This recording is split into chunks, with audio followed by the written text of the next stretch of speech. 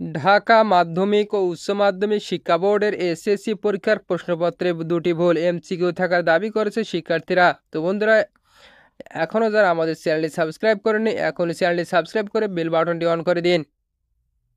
সোমবার 7 জুলাই অনুষ্ঠিত তথ্য ও যোগাযোগ প্রযুক্তি বিষয়ের পরীক্ষার এ প্রশ্নপত্র দেওয়া হয়। প্রশ্নপত্রে এমন দুটি ভুলে শিক্ষার্থী ও অভিভাবকরা ক্ষোভ প্রকাশ করেছেন। শিক্ষার্থীদের অভিযোগ, এবার বিগত বছরের তুলনায় প্রশ্ন জটিল করা হয়েছে, তার মধ্যে আবার দুটি প্রশ্নের সঠিক উত্তরের অপশন নেই। এ দুটি ভুল প্রশ্নের নম্বর সবাইকে দেওয়ার দাবি জানিয়েছে পরীক্ষার্থী ও অভিভাবকরা। এখনও যারা আমাদের চ্যানেলটি সাবস্ক্রাইব করেনি এখনই চ্যানেলটি সাবস্ক্রাইব করে বেল বাটনটি অন করে দিন।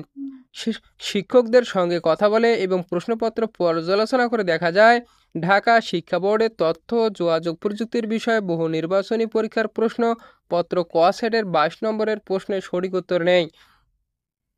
তো বন্ধুরা, এখনও যারা আমাদের চ্যানেলটি সাবস্ক্রাইব করেনি এখনই চ্যানেলটি সাবস্ক্রাইব করে বেল বাটনটি অন করে রাখুন।